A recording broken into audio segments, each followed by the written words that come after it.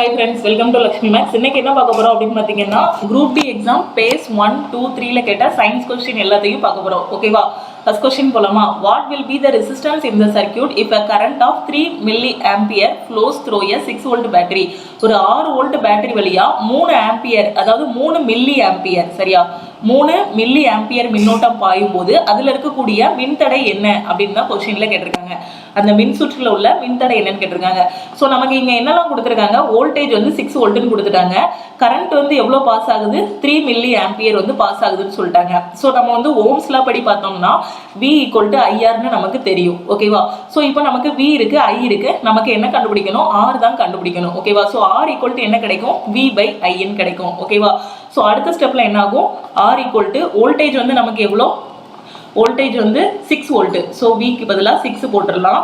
ஐ வந்து எவ்வளவு 3 milli ampere. So 3 நான் போட்டுருந்தேன். இங்கே வந்து 3 ஆம்பியர்னு கொடுத்துருந்தாங்கன்னா டைரெக்டாக நான் 3 போட்டுடலாம். என்ன கொடுத்துருக்காங்க, மில்லி ஆம்பியர் அப்படின்னு கொடுத்துருக்காங்க. ஸோ அதனால 3 × 10⁻³ போடணும். ஓகேவா? ஸோ வெறும் 3 ஆம்பியர் கொடுத்துருந்தாங்கன்னா 3 அப்படி போட்டிருப்பேன். இங்கே வந்து மில்லி ஆம்பியர் கொடுத்ததுனால 3 × 10⁻³ ஆம்பியர். ஓகேவா? ஸோ இப்போ நமக்கு என்ன கிடைக்கும், 6/3 இந்த 10⁻³ மேலே கொண்டு போயிருந்தேன், 10⁻³ இருக்கும். ஸோ 3 2 டைம்ஸ் போகும், என்ன ஆகும் 2000 ஓம். ஓகேவா? ஸோ அதில் இருக்கக்கூடிய மின் தடை வந்து எவ்வளவு, 2000 ஓம். ஓகேவா? அடுத்த கொஸ்டின் போலாமா? ஸோ இதுலயே பாருங்க, ஒருவேளை இந்த இதுல வோல்டேஜ் இருக்கு, நமக்கு வந்து மின்னோட்டமும் இருக்கு அப்படின்னா பவர் கண்டுபிடிச்சிடலாமா? ஒருவேளை பவர் கேட்டா P equal to V × I. ஓகேவா? ஸோ வோல்டேஜ் எவ்வளவு 6, மின்னோட்டம் எவ்வளவு 3 மில்லி ஆம்பியர். ஸோ 3 × 10⁻³ அப்போ வந்து பவர் எவ்வளவு இருக்கும், 18 × 10⁻³ வாட், இல்லைன்னா 0.018 வாட். ஓகேவா? அடுத்த கொஸ்டின் போலாமா? Which element is located in the second period of the periodic table? தனிம வரிசை அட்டவணையில் இரண்டாவது காலத்தில் உள்ள தனிமம் எது அப்படின்னு பாத்தீங்கன்னா நியான். ஓகேவா? Which part of man does the excretion come from? So இது ரொம்ப ரொம்ப முக்கியமான கொஸ்டின், ஏன்னா நிறைய ஷிஃப்ட்ல இந்த கொஸ்டின் வந்து ரிப்பீட் ஆயிருக்கு. ஓகேவா? மனித உடலில் அதிகப்படியான கழிவுகள் மற்றும் நீரை வெளியேற்றும் உறுப்புகள் எதுலாம் அப்படின்னு பாத்தீங்கன்னா தோல், கல்லீரல், பெருங்குடல், நுரையீரல், சிறுநீரகம். ஓகேவா? ஸோ ஒரு 4 ஆப்ஷன் கொடுத்துட்டு என்ன கேட்பாங்கன்னா எது வந்து கழிவுகளை வந்து வெளியேற்றாது அப்படின்னு கேட்பாங்க. ஓகேவா? ஆட் ஒன் அவுட் சூஸ் பண்ற மாதிரி கேட்பாங்க. Which part of human body is affected by cigarette? So cigarette பிடிக்கிறதுனால எந்த பார்ட் வந்து அஃபெக்ட் ஆகும் அப்படின்னு பார்த்தீங்கன்னா நுரையீரல் வந்து அஃபெக்ட் ஆகும். A 12 volt battery is connected in parallel combination. ஒரு 12 வோல்ட் பேட்டரியை வந்து பக்க இணைப்புல வந்து கனெக்ட் பண்ணியிருக்கோம். ஸோ ஓகேவா? ஸோ அந்த பக்க இணைப்புல வந்து மின்தடைகள் என்னெல்லாம் இருக்குன்னு பாருங்க. 2 6 ஓம் மின்தடைகள் இருக்கு. 2 6 ஓம் மின்தடைகள் சரியா, 2,6 ஓம் இல்ல, 2 6 ohm resistance. What will be the total current என்ன இருக்குன்னா, பேட்டரி வந்து 12 வோல்ட் கனெக்ட் பண்ணியிருக்காங்க, ரெசிஸ்டன்ஸ் வந்து R1 ஒரு 6 ஓம் இருக்கு, R2 வந்து 6 ஓம் இருக்கு. ஓகேவா? இதுதான் இந்த கொஸ்டினோட மீனிங். 2 ரெசிஸ்டன்ஸ் கனெக்ட் பண்ணியிருக்காங்க அப்படின்னா அந்த மின் சுற்றுல உள்ள கரண்ட் என்னன்னு கேட்டிருக்காங்க, அந்த சர்க்கியூட்ல எவ்வளோ கரண்ட் பாஸ் ஆகும் அப்படின்னு கேட்டிருக்காங்க. ஓகேவா? ரொம்பவே ஈஸியான கொஸ்டின், ஆல்ரெடி நம்ம டிஸ்கஸ் பண்ணதுதான். தமிழ் மீடியம் ஸ்டூடெண்ட்ஸ் பார்த்துக்கோங்க. ஒரு 12 வோல்ட் பேட்டரியானது 2 6 ஓம் மின்தடைகளுக்கு இடையே பக்க இணைப்பில் இணைக்கப்பட்டுள்ளது எனில் அந்த சுற்றில் பாயும் மின்னோட்டம் என்ன? ஓகேவா? ஸோ நமக்கு ஓம்ஸ்லா படி தெரியும், V ஈக்குவல் டு IR அப்படின்னு தெரியும். ஸோ இங்கே நமக்கு என்னெல்லாம் இருக்கு, வோல்டேஜ் இருக்கு, வோல்டேஜ் வந்து 12 வோல்ட்னு இருக்கு. ஓகே, ரெசிஸ்டன்ஸ் வந்து என்ன வேணும், நமக்கு என்ன கண்டுபிடிக்கணும், மின்னோட்டம் தான் கண்டுபிடிக்கணும். So I equal to V/R. இங்கே வந்து நமக்கு வேற என்ன இருக்கு, ரெசிஸ்டன்ஸ் இருக்கு. ரெசிஸ்டன்ஸ் வந்து எத்தனை மின்தடைகள் இருக்கு, 2 மின்தடையாக்கிகள் இருக்கு. ஸோ ரெண்டையும் மொத்தமா ஒரே தொகுப்பையின் மின்தடையா கொண்டு வந்துடலாமா? ஸோ அப்போ இது வந்து என்ன இணைப்புல இருக்கு, பக்க இணைப்புல இருக்கு, அதாவது parallel காம்பினேஷன்ல இருக்கு. சீரீஸ்ல இருந்து அப்படியே டைரக்டா 6 + 6 12 ஓம்னு சொல்லிடலாம். ஸோ அப்போ இங்க வந்து தொகுப்பையின் மின்தடை என்ன வரும், 1/R³ equal to 1/RE equivalent equal to 1/R1 + 1/R2. So நமக்கு என்ன கிடைக்கும், 1/6 + 1/6 கிடைக்கும். ஸோ 2/6 1/3. அப்போ ஓவராலா R ஈக்குவலண்ட் எவ்வளவு நமக்கு 3 ஓம். ஸோ அப்போ மின் தடை வந்து எவ்வளவு இருக்கும், 3 ஓம் இருக்கும். ஓகேவா? ஸோ எக்ஸாம்ல வந்து நீங்க என்ன கவனிக்கணும் அப்படின்னு பாத்தீங்கன்னா அந்த ரெசிஸ்டன்ஸ் வந்து பேரலா இருக்கா சீரீஸ்ல இருக்கான்னு பார்க்கணும். அதாவது பக்க இணைப்புல இருக்கா தொடர் இணைப்புல இருக்கா அப்படிங்கிறத கரெக்டா கண்டுபிடிச்சிட்டு போடணும். சப்போஸ் இந்த கொஸ்டினை நீங்க தொடர் இணைப்புல இருக்க மாதிரி சீரீஸ்ல இருக்க மாதிரி கண்டுபிடிச்சீங்கன்னா ஆன்சர் வந்து தப்பா வந்துடும். ஓகேவா? ஸோ கொஸ்டினை கரெக்டாக ரீட் பண்ணிட்டு போடணும். ஸோ இப்போ நமக்கு R வந்து 3 ஓம்னு கிடைச்சிருச்சு. So I equal to V/R. V வந்து 12, R வந்து 3. ஸோ அப்போ அந்த மின் சுற்றுல எவ்வளோ கரண்ட் வந்து பாஸ் ஆகும், 4 ஓம் கரண்ட் வந்து பாஸ் ஆகும். சரி, 4 ஆம்பியர் கரண்ட் வந்து பாஸ் ஆகும். ஓகேவா? அடுத்த கொஸ்டின் போலாமா? Connect the resistance in series 12 ohm 6 ohm 18 ohm what will be the total resistance. இந்த மாதிரி கொஸ்டின் நிறைய வாட்டி நம்ம டிஸ்கஸ் பண்ணியாச்சு. ஒரு 3 மின்தடையாக்கிகள் இருக்கு, 12 ஓம் 6 ஓம் 18 ஓம்னு. இது மூணையும் சீரீஸ்ல கனெக்ட் பண்ணா ஓவராலா எவ்வளோ மின்தடை வரும் அப்படின்னு கேட்டிருக்காங்க. ஓகேவா? ஸோ 12 6 18 18 18 36 அவ்வளவுதான். சீரீஸ்னா டைரக்டா அப்படியே ஆட் பண்ணிடலாம். அப்போ என்ன வரும்? 36 ஓம் வரும். சப்போஸ் இது பேரலா இருந்தா 1/12 பிளஸ் 1/6 பிளஸ் 1/18 போடணும். ஓகேவா? ஸோ பேரலா இருந்தா இந்த மாதிரி கண்டுபிடிக்கணும். இப்போ நமக்கு வந்து சீரீஸ்ல தான் இருக்கு, அதாவது தொடர் இணைப்புல தான் இருக்கு. ஓகேவா? அடுத்த question, what type of magnetic field is there inside a solenoid. சொலனாய்டுனா என்ன சொல்லுவோம் அப்படின்னு பார்த்தீங்கன்னா தமிழ்ல வந்து சுருள் கம்பி அப்படின்னு சொல்லுவோம். சரியா? ஸோ அதுல வந்து என்ன டைப் ஆஃப் மேக்னெட்டிக் ஃபீல்டு இருக்கும் அப்படின்னு கேட்டிருக்காங்க. எப்படி இருக்கும்னா சீரான காந்தப்புலம் வந்து இருக்கும். ஸோ அதுல இருக்கக்கூடிய காந்தப்புலம் மேக்னெட்டிக் ஃபீல்டு வந்து யூனிஃபார்மா இருக்கும். சரியா? சீரான காந்தப்புலம் தான் சோலனாய்டுல இருக்கும். When the object is placed at a distance of 18 cm in front of a concave mirror of focal length 12 cm, the tendency of image will be. So concave mirror அப்படின்னா குழியாடி. சரியா? ஒரு குழியாடியில் ஒரு ஆப்ஜெக்ட், ஒரு பொருளை வந்து 18 சென்டிமீட்டர் தொலைவில் வச்சிருக்கோம். அதோட குவிய நீளம் வந்து எவ்வளோ இருக்கும் அப்படின்னு பார்த்தீங்கன்னா 12 சென்டிமீட்டர். அப்போ விழக்கூடிய இமேஜ் வந்து எப்படி இருக்கும் அப்படின்னு பார்த்தீங்கன்னா மிகப்பெரிய பெரிய உண்மை பிம்பமாக இருக்கும். சரியா? பிக் அண்ட் ரியலாக இருக்கும் இமேஜ் வந்து. ஒரு பொருளானது குழியாடியின், ஸோ அந்த இதுதான். ஸோ நான் சொன்னேன்ல மிகப்பெரிய மெய் பிம்பமாக இருக்கும். ஓகேவா? ஸோ தமிழ் மீடியம் ஸ்டூடெண்ட்ஸ் பார்த்துக்கோங்க.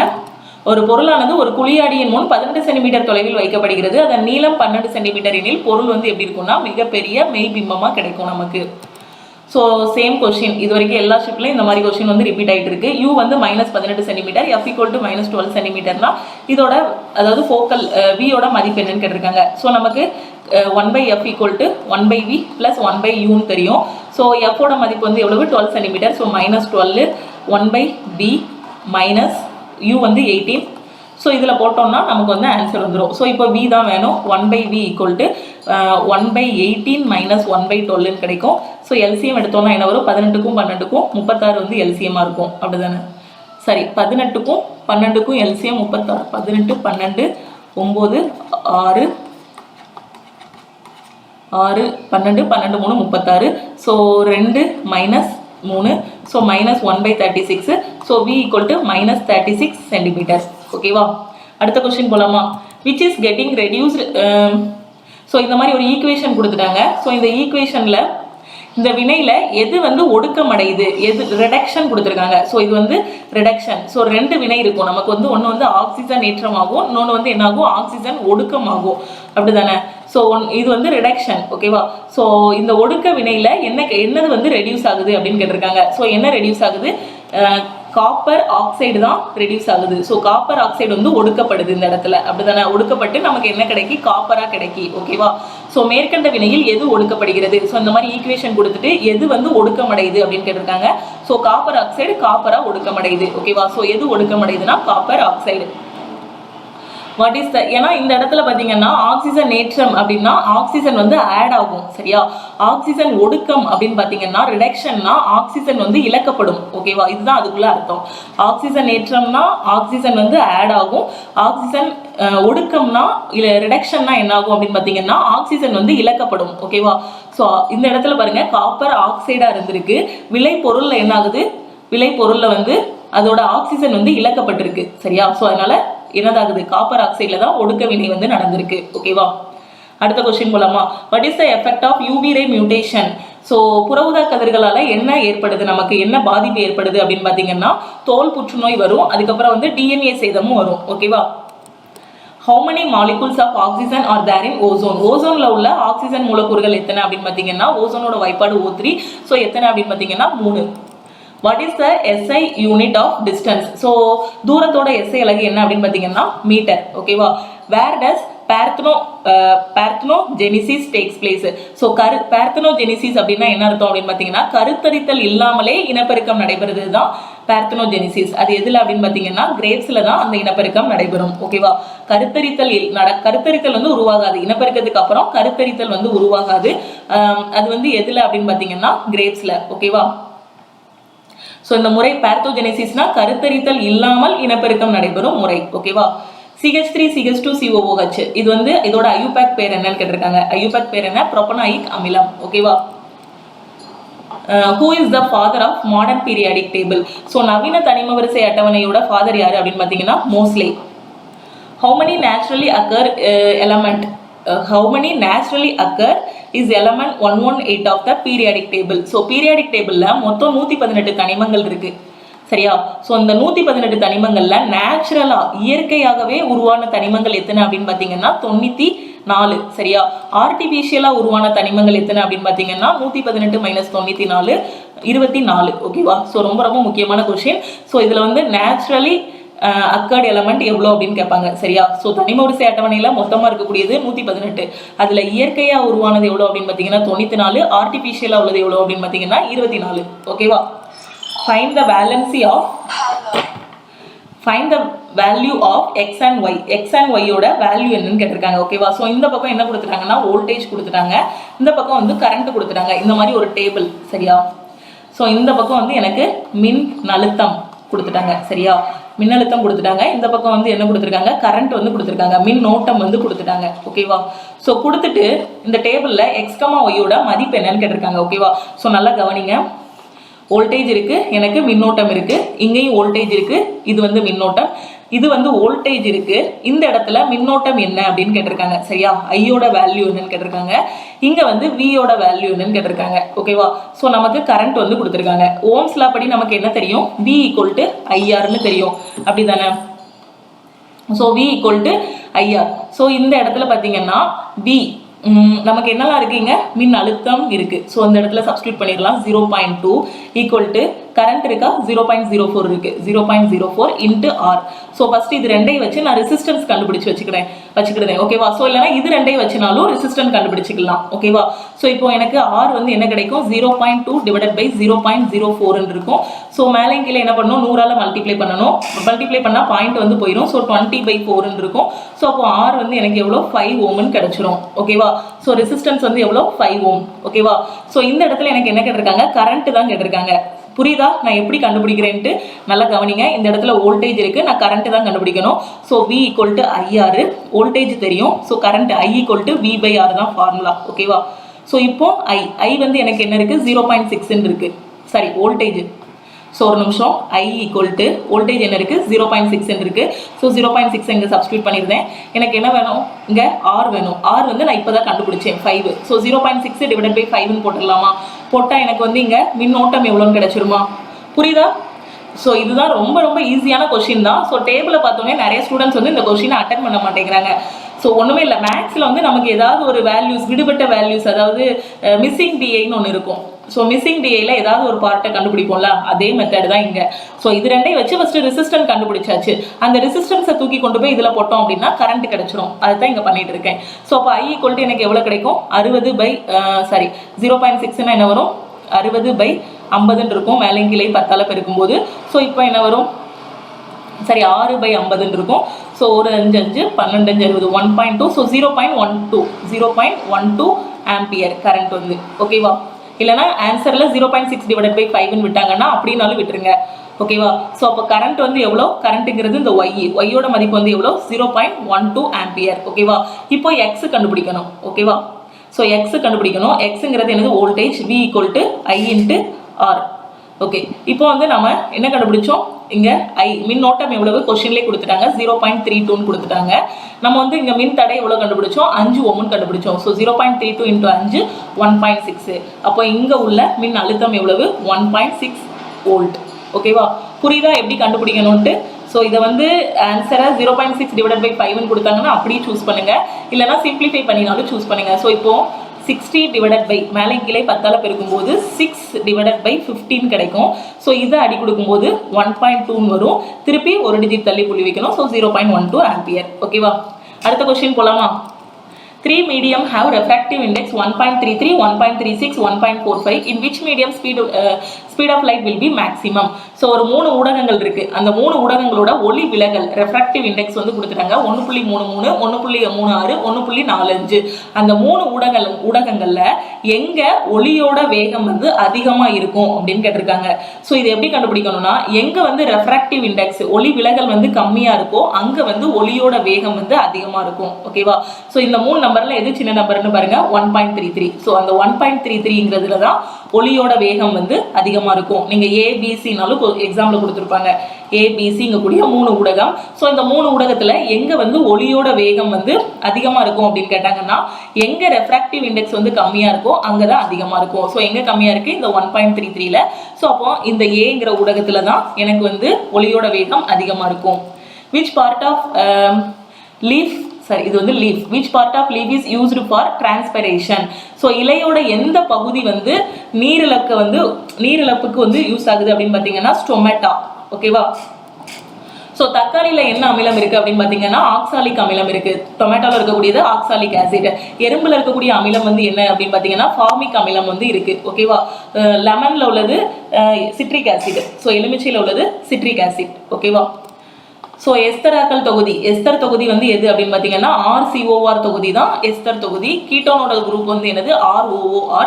கார்பாக்சிலிக் அமிலத்தோட தொகுதி வந்து RCOOH. இந்த மாதிரி ஒரு 3 ஆப்ஷன் கொடுத்துட்டு ஸோ ஒன்னே வந்து தப்பா கொடுத்துருப்பாங்க ஏதாவது ஒரு தொகுதி, இல்லைன்னா இந்த 3ஐயும் மேட்ச் பண்ற மாதிரி கொடுத்துருப்பாங்க. ஓகேவா? ஸோ எஸ்தர் குரூப் வந்து RCOOR, கீட்டோன் குரூப் வந்து ROOR, கார்பாக்சிலிக் தொகுதி வந்து COOH தொகுதி. ஓகேவா? ஸோ அடுத்த கொஸ்டின் போலாமா? A wire having ரொம்ப ஈஸியான கொஸ்டின், அதிகமா ரிப்பீட் ஆகக்கூடிய question. A wire having resistance R and area A, length L, if length is increased by 50%, find the new resistance. So ரொம்பவே ஈஸியான கொஸ்டின் தான். நார்மலாக ஒரு கம்பியோட மின்தடைக்கான ஃபார்முலா என்ன? S/L divided by A. ஓகேவா? ஸோ இங்கே என்ன சொல்லியிருக்காங்கன்னு பாருங்க. அந்த கம்பியோட மின்தடை 6, அதோட லென்த் வந்து L. இப்போ என்ன பண்ணணும் அப்படின்னு பார்த்தீங்கன்னா, இந்த லென்த்தை வந்து ஒரு 50% வந்து அதிகப்படுத்தின பிறகு இந்த R வந்து என்னவாகும்னு கேட்டிருக்காங்க. இதே கொஸ்டின் இதுக்கு முன்னாடியும் நான் வந்து டிஸ்கஸ் பண்ணியிருக்கேன். ஓகேவா? ஸோ இப்போ R = S/L divided by A. இதுதான் இனிஷியலாக அந்த கம்பியில் இருக்கக்கூடிய மின்தடை. இப்போ அந்த L மட்டும் எடுத்துகிட்டு வந்து நான் ஒரு 50% அதிகப்படுத்துவேன். ஓகேவா?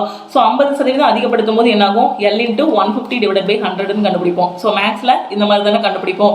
50% ஒரு அமௌண்ட் 100 ரூபாய் இருக்குது, அதுலேருந்து 50 ரூபா 50% அதிகமாகுதுன்னா 100 × 150 டிவைடட் பை 100ன்னு போடுவோம். அதே கதை தான் இங்கேயும். ஸோ இங்கே வந்து லென்த் வந்து L. ஸோ 50% அதிகமாகுது. ஸோ 150 டிவைடட் பை 100, 0 கட் ஆயிரும். அப்போ லென்த் 1.5L இருக்கும். ஸோ இந்த 1.5L இதில் போட்டோம்னா போதும், அதுதான் ஆன்சர். ஸோ இப்போ கம்பியோட மின்தடை என்னாகும்? S × 1.5L divided by A இருக்கும். ஓகேவா? ஸோ அப்போ கம்பியின் மின்தடை என்ன கேட்டிருக்காங்க? Find the new resistance. ஓகேவா? ஸோ இப்போ என்ன இருக்கு? R = S × 1.5L divided by A. So இப்போ கம்பியின் மின்தடை ஒருவேளை இது ஆப்ஷன்ல இருக்கலாம். அப்படி இல்லைன்னா இந்த SLAங்கிறது எதுக்கு ஈக்குவல்? Rக்கு ஈக்குவல். ஸோ R × 1.5 இருக்கலாம். அப்படி இல்லைன்னா R × இந்த 1.5 3/2 போட்டிருக்கலாம். ஸோ ஆப்ஷன்ல எப்படினாலும் இருக்கலாம். ஸோ அதுக்கு தகுந்த மாதிரி நீங்க சூஸ் பண்ணிக்கோங்க. 1.5ங்கிறது என்னது? 3ஓட பாதி தான் 1.5. ஓகேவா? ஸோ அந்த 1.5 தான் நான் 3/2 போட்டிருக்கேன். புரியுதா? அடுத்த கொஸ்டின் போலாமா? 15 ohm 10 ohm connected in series. இது ரொம்ப ஈஸி தான். 15 ohm 20 ohm மின்தடையாக்கிகளை நான் தொடர் இணைப்பில் இணைச்சிருந்தா எனக்கு தொகுபையின் மின்தடை இவ்வளவு வரும்? 15 + 10 25 ohm. ஓகேவா? ஸோ சீரீஸில் கனெக்ட் பண்ணும்போது எனக்கு என்ன வரும்? டைரெக்டாக அப்படியே நான் ஆட் பண்ணிக்கலாம். சப்போஸ் பேரலாக இருந்தால் 1/15 + 1/10 போடணும். ஸோ குழப்பிடாதீங்க. சீரீஸ்னா அப்படியே ஆட் பண்ணிடணும். பேரலாக இருந்துச்சுன்னா 1/, யூஸ் பண்ணணும். தொடர் இணைப்புனா அப்படியே ஆட் பண்ணணும். பக்க இணைப்புனா 1/, போட்டு ஆட் பண்ணணும். ஏன்னா இதுல இருந்து ஒரு கொஸ்டின் கண்டிப்பாக வரும் எக்ஸாமுக்கு. Magnesium is heating in the presence of oxygen. Oxygen முன்னிலையில் மெக்னீசியத்தை சூடுபடுத்தும் போது நமக்கு என்ன கிடைக்கும்? மெக்னீசியம் ஆக்சைடு கிடைக்கும். ஓகேவா? 3 resistors are connected in parallel combination. So ஒரு 3 ரெசிஸ்டன்ஸை வந்து நம்ம வந்து பேரலாக கனெக்ட் பண்ணியிருக்கோம் அப்படின்னா என்ன ஆகும் அப்படின்னு கேட்டிருக்காங்க. So voltage will be same in 3 resistance. So 3 ரெசிஸ்டன்ஸை பேரலாக கனெக்ட் பண்ணியிருக்கோம். ஒரு 3 ரெசிஸ்டன்ஸை பேரலாக கனெக்ட் பண்ணும்போது என்ன ஆகும்னு கேட்டிருக்காங்க. ஸோ இந்த 3 ரெசிஸ்டன்ஸுக்கும் குறுக்க இருக்கக்கூடிய வோல்டேஜ் வந்து சேமாக இருக்கும், ஆனால் கரண்ட் வந்து சேமாக இருக்காது. சரியா? ஏன்னா V = IR தான் ஃபார்முலா. ஸோ நமக்கு வந்து எப்பவுமே பாருங்க, வோல்டேஜ் ஒவ்வொரு ரெசிஸ்டன்ஸ் ஒவ்வொரு மின்தடைக்கு கீழேயும் ஒவ்வொரு மாதிரியான கரண்ட் வந்து பாஸ் ஆகலாம். சரியா? ஆனால் வோல்டேஜ் வந்து மாறாது, வோல்டேஜ் வந்து சேமாக தான் இருக்கும் 3 ரெசிஸ்டன்ஸ்லையும். அடுத்த கொஸ்டின் போகலாமா? மின்தடையாக்கிகள் பக்க இணைப்பில் இணைக்கப்படும் போது, ஸோ இந்த ஃபார்முலாவில் போட்டிங்கனாலும் V = IR தான். ஸோ நமக்கு என்ன கிடைக்கும்? R = V/I தான். ஸோ மின்தடையும் கரண்ட்டும் ஒன்றுக்கு ஒன்று எப்போவுமே எதிர்த்தகவில் தான் இருக்கும். ஸோ R வந்து எப்போவுமே எதுக்கு? வோல்டேஜுக்கு தான் ஈக்குவலாக இருக்கும். ஓகேவா? ஸோ இது ரெண்டும் சேமாக இருக்காது. புரியுதா? வோல்டேஜ் வந்து சேமாக இருக்கும் ரெசிஸ்டன்ஸுக்கு, ஆனால் கரண்ட் வந்து சேமாக இருக்காது. மின்தடையாக்கிகள் பக்க இணைப்பில் இணைக்கப்படும் போது 3 மின்தடையாக்கிகளின் மின் அழுத்தம் வந்து சமமாக இருக்கும். இந்த இருக்கு பாருங்க, 3 மின்தடையாக்கியை நான் பக்க இணைப்பில் வந்து இணைச்சிருக்கேன். ஸோ இதுக்கு இடையில இருக்கக்கூடிய வோல்டேஜ் 3க்கும் இருக்கக்கூடிய அந்த வோல்டேஜ் வந்து சேமாக இருக்கும். ஓகேவா? அடுத்த கொஸ்டின் பாருங்க, plaster of Paris. So plaster of பாரிஸ்ங்கிறது என்னது? CaSO4 ½ H2O தான் plaster of Paris. For a convex mirror, ஒரு குவி ஆடி, கான்வெக்ஸ் மிரர்னா குவி ஆடி. ஸோ அதில் வந்து இமேஜோட ஆப்ஜெக்டோட ஹைட் வந்து கொடுத்துட்டாங்க. V வந்து 24 சென்டிமீட்டர்னு கொடுத்துட்டாங்க, F வந்து 8 சென்டிமீட்டர்னு கொடுத்துட்டாங்க. இப்போ எனக்கு V என்னன்னு தான் கேட்டிருக்காங்க. சரியா? ஸோ என்னெல்லாம் கொடுத்துருக்காங்க? சரி, U கொடுத்துருக்காங்க. இது V இல்லை, U = -24, F = -8ன்னு எடுத்துக்கலாம். நம்ம இப்போ கண்டுபிடிக்கிற மாதிரி தான். 1/F = 1/U + 1/V. ஸோ இப்போ என்ன வரும்? இது -1/8 = 1/U. U வந்து என்ன கொடுத்துருக்காங்க? 24 - 1/24 + 1/V. ஸோ எனக்கு 1/V இந்த பக்கம் வச்சுக்கிறேன். அப்போது 1/24 மட்டும் அந்த பக்கம் கொண்டு போனால் 1/24 - 1/8ன்னு கிடைக்கும். ஸோ இங்கே மைனஸில் இருக்குது, அந்த பக்கம் வரும்போது ப்ளஸ் ஆயிரும். LCM வந்து 24. ஸோ 1 - 3 இருக்கும். 1 - 3ங்கிறது என்னது? -2/24. அப்போ V = -12 சென்டிமீட்டர். ஓகேவா? வியோட மதிப்பு கிடைச்சிருச்சா? அடுத்த கொஸ்டின் வேற என்ன கேட்டிருக்காங்க? மேக்னிஃபிகேஷன், உருப்பெருக்கம் கேட்கல. ஸோ இப்போ வந்து V மட்டும்தான் கேட்டிருக்காங்க. ஸோ நான் V கண்டுபிடிச்சிருக்கேன். ஒருவேளை உருப்பெருக்கம் கேட்டிருந்தாங்கன்னா, மேக்னிஃபிகேஷன் கேட்டிருந்தாங்கன்னா அதுக்கான ஃபார்முலா என்ன? -V/U. இது ஆல்ரெடி நம்ம வந்து டிஸ்கஸ் பண்ணியிருக்கோம் நிறைய வாட்டி. ஸோ மேக்னிஃபிகேஷன்ங்கிறது -V/U. ஸோ M = -V வந்து எனக்கு எவ்வளோ இருக்குது? -12. U வந்து என்ன கொடுத்துருந்தாங்க? -24 கொடுத்துருந்தாங்க. ஸோ -24. ஸோ M = எனக்கு என்ன வரும்? இது கேன்சல் ஆயிரும். -1/2 இருக்கும். அரைங்கிறது -0.5. ஓகேவா? ஸோ உருப்பெருக்கம் வந்து -0.5. அடுத்த கொஸ்டின் போகலாமா? டோட்டல் எலமெண்ட் இன். ஸோ இது வந்து நான் ஆல்ரெடி உங்களுக்கு சொன்னது தான். பீரியாடிக் டேபிளில் பார்த்தீங்கன்னா total element in nature so எவ்வளோ இருக்குன்னா 118 இருக்கும். அதில் நேச்சுரல் எலமெண்ட் எவ்வளோ? ஸோ இயற்கை பீரியாடிக் டேபிளில் மொத்தம் இருக்கக்கூடிய எலமெண்ட் வந்து 118. அதில் நேச்சுரலாக இருக்கக்கூடிய எலமெண்ட் வந்து 94, ஆர்டிஃபிஷியலாக இருக்கக்கூடிய எலமெண்ட் வந்து 118 - 94 24. ஓகேவா? ஸோ இதை நல்லா படித்து வச்சுக்கோங்க. இதுலேருந்து ஒரு கொஸ்டின் வரும். ஓகேவா? 2 AgBr gives. ஸோ என்ன கேட்டிருக்காங்கன்னா, AgBr அதாவது சில்வர் புரோமைடை மட்டும் கொடுத்துட்டு இது வந்து சிதைவடையும் போது இந்த பக்கம் என்ன கிடைக்கும்? வினை விளைபொருள் வந்து என்ன கிடைக்கும் அப்படின்னு கொஸ்டின்ல வந்து கேட்டிருக்காங்க. ஸோ அது வந்து சிதைவடைய வச்சோம்னா என்ன கிடைக்கும்? Ag, அதாவது சில்வராகவும் புரோமைடாகவும் சிதைவடையும். ஓகேவா? சில்வராகவும் புரோமைடாகவும் சிதைவடையும். ஸோ AgBr வந்து எப்படி கிடைக்கும் அப்படின்னு பார்த்தீங்கன்னா, சில்வர் ப்ளஸ் புரோமைட். ஓகேவா? ஸோ இப்போ பேலன்ஸ் பண்ணும்போது என்னாகும்? இங்கே 2 Ag இருக்கு, இங்கே புரோமைடும் 2 இருக்கு. ஸோ இதுக்கு முன்னாடி 2 போடணும். ஓகேவா? அடுத்த கொஸ்டின் போலாமா? What are the basis of Dobereiner's classification. So Dobereiner கூற்றுப்படி ஒத்த பண்புகளை கொண்ட தனிமங்கள் முக்கோணங்களாக வந்து அமைக்கப்படலாம். இதில் நடுத்தர தனிமத்தோட அணுநிறை மற்ற 2 தனிமங்களின் அணுநிறைகளின் சராசரியாகும். ஓகேவா? ஸோ நடுத்தர தனிமத்தோட அணுநிறை வந்து மற்ற 2 தனிமங்களின் அணுநிறைகளின் சராசரி. ஓகேவா? Vegetative propagation. ஸோ இது வந்து நம்ம முன்னாடி நிறைய வாட்டி பார்த்துருக்கோம். வெஜிடேட்டிவ் ப்ராபகேஷன்னா என்னன்னா தாவர பரவல். ஓகேவா? தாவர பரவல் மூலமாக வளரக்கூடிய செடிகள் தான் வெஜிடேட்டிவ் ப்ராபகேஷன் அப்படின்னு சொல்லுவோம். ஸோ எதெல்லாம் அப்படின்னு பார்த்தீங்கன்னா, கிரேப்ஸு, சுகர் கேனு, ரோஸு, இது எல்லாமே தாவர பரவல் மூலமாக வளரக்கூடிய செடிகள். ஸோ ஃபார் எக்ஸாம்பிள் பார்த்தீங்கன்னா, ஒரு ரோஜா செடி இருக்குன்னா அந்த ரோஜா செடியில் உள்ள ஒரு கட்டையை ஒடிச்சு கொண்டு போய் இன்னொரு இடத்துல வச்சிங்க அப்படின்னா திருப்பியும் ஒரு ரோஜா செடி வந்து வளரும். ஸோ இது எல்லாமே எதில் வரும் அப்படின்னு பார்த்தீங்கன்னா, தாவர பரவல் மூலம் வளரும் தாவரங்களுக்கு எடுத்துக்காட்டு. ஓகேவா? ஸோ ஆப்ஷனில் ஒரு 4 ஆப்ஷன் கொடுத்து ஒரு 5 ஆப்ஷன் கிட்ட கொடுத்துட்டு ஸோ எது வந்து தாவர பரவல் மூலம் வளராது அப்படின்னு கேட்டிருப்பாங்க. ஓகேவா? இந்த கொஸ்டின்ல SI யூனிட் ஆஃப் ரெசிஸ்டிவிட்டி வந்து கேட்டிருக்காங்க. சரியா? நமக்கு என்ன தெரியும்? கம்பியின் மின்தடை R = S/R/A. ஸோ ரெசிஸ்டன்ஸுக்கான SI அலகு வந்து ஓம். ஓகேவா? ஸோ மின்தடைக்கான SI அலகு வந்து ஓம்னு நமக்கு தெரியும். ஸோ இப்போ ரெசிஸ்டிவிட்டி இந்த இருக்குல்ல, இந்த எஸ்ஸுக்கான SI அலகு என்னன்னு கேட்டிருக்காங்க. ஸோ கம்பியின் மின்தடை தான் ரெசிஸ்டிவிட்டி. ஸோ S = நமக்கு என்ன கிடைக்கும்? R/A/L. ஓகேவா? இங்கே Rங்கிறது என்னது? மின்தடை. மின்தடைக்கான அலகு ஓமு. ஏங்கிறது என்னது? பரப்பு, குறுக்கு வெட்டு பரப்பு. ஓகேவா? குறுக்கு வெட்டு பரப்புக்கான அலகு என்னது? Metre square. பரப்பளவுக்கான இது வந்து என்ன கிடைக்கும், நமக்கு மீட்டர் ஸ்கொயர்டுன்னு கிடைக்கும். அப்படிதானே? ஸோ மேக்ஸில் அடிக்கடி நம்ம போட்டிருப்போம். ஸோ பரப்பளவு கண்டுபிடிச்சிட்டு கடைசி மீட்டர் ஸ்கொயர்டு சென்டிமீட்டர் ஸ்கொயர்டுன்னு போடுவோம். ஸோ அதோட அலகுன்னு வரும்போது மீட்டர் ஸ்கொயரில் போடணும். ஓகேவா? ஸோ லென்த்தோட அலகு இப்போ தான் நான் சொன்னேன், நீளத்தோட அலகு வந்து என்ன அப்படின்னு பார்த்தீங்கன்னா மீட்டர். ஓகேவா? ஸோ இப்போ இந்த எம்மும் கேன்சல் ஆயிடும். அப்போ ரெசிஸ்டிவிட்டிக்கான அலகு ஓம் மீட்டர். ஓகேவா? ஸோ எக்ஸாமில் குழப்பக்கூடாது. ரெசிஸ்டிவிட்டி வேற, ரெசிஸ்டன்ஸ் வேற.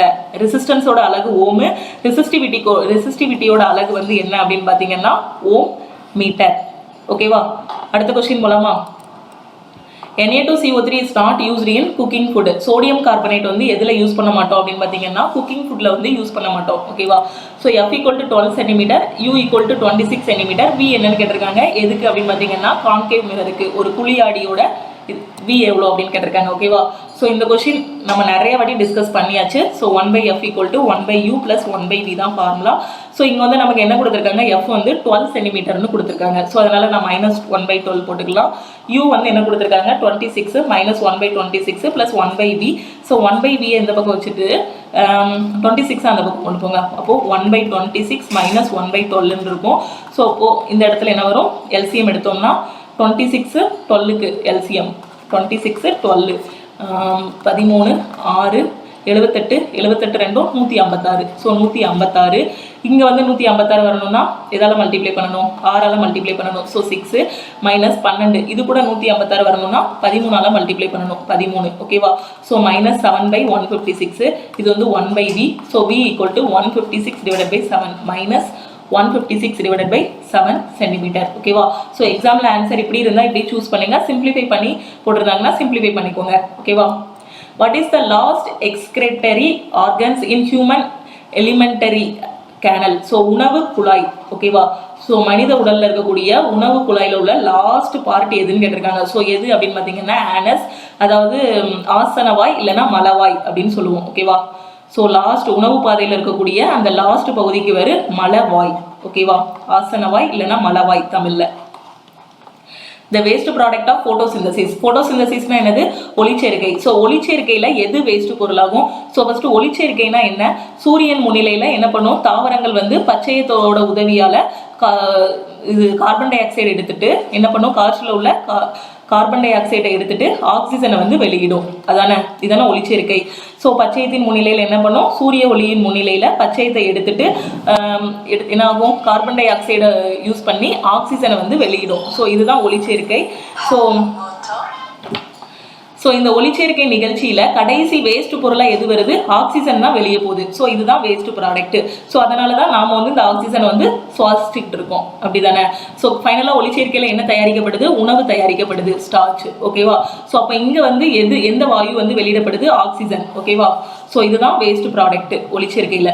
அது வந்து நமக்கு யூஸ் ஆகுது, ஆனால் இந்த ஒளிச்சேர்க்கை நிகழ்வில் அது வந்து வேஸ்ட் ப்ராடக்ட். ஓகேவா? ஏன்னா அதுதான் வெளியிடப்படுது. ஓகேவா? ஸோ தாவரங்களுக்கு எது முக்கியம், கார்பன் டை ஆக்சைடு தான் முக்கியம். ஓகேவா? ஸோ அது ஆக்சிஜனை வெளியிடுறதுனால தான் நாம உயிர் வாழ்ந்துட்டு இருக்கோம்.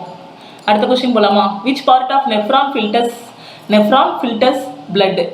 ரீனல் கார்ப்சல், அதாவது நெஃப்ரானோட எந்த பகுதியில் வந்து ரத்தம் வடிகட்டுதல் வந்து மேற்கொள்ளப்படுது அப்படின்னு பார்த்தீங்கன்னா சிறுநீரக உடல் அப்படின்னு சொல்லுவாங்க, ரீனல் கார்ப்ஸ்கள். ஓகேவா?